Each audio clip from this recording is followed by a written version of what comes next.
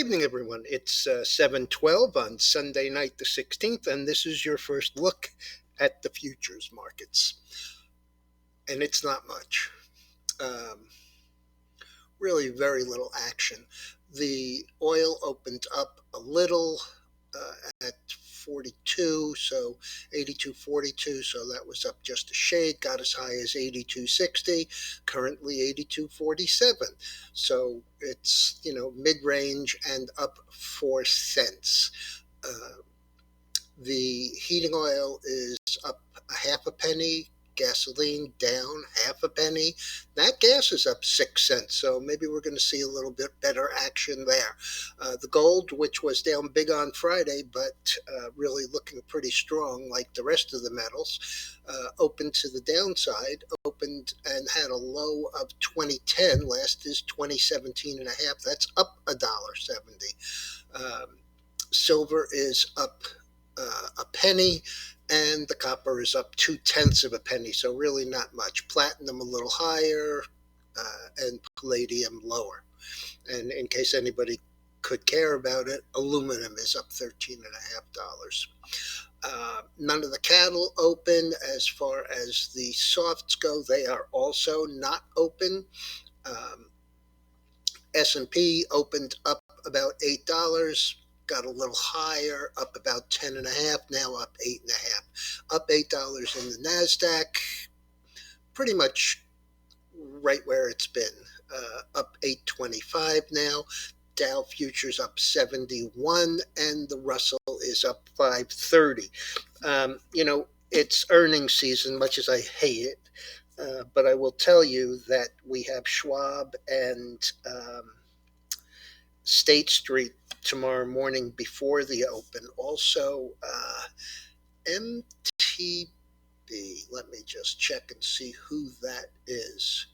Um, MTB.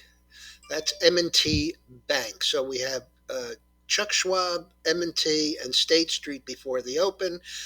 We have Equity Properties, JB Hunt, which is a big transportation member, and Pinnacle Financial. But then on Tuesday, we have B of A, BNY Mellon, Commerce Bankshares, Goldman Sachs, Johnson & Johnson, Lockheed Martin, and it lists Signature Bank and Silvergate. I don't know if they will put anything out, seeing as they're both gone.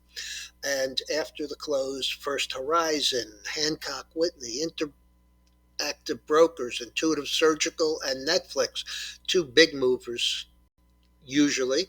Omnicon, United Airlines, United Commerce, and Western Alliance Bancorp. Those last two, which, as I said, Tuesday after the close, are regional banks. So we'll have to see how they act. Because there are so many, I'll try and update the earnings expectations the night before they're coming. Okay, back to the futures. The dollar slightly higher, 7 cents. We bounced off par. Was a real low number, par 50 maybe or so.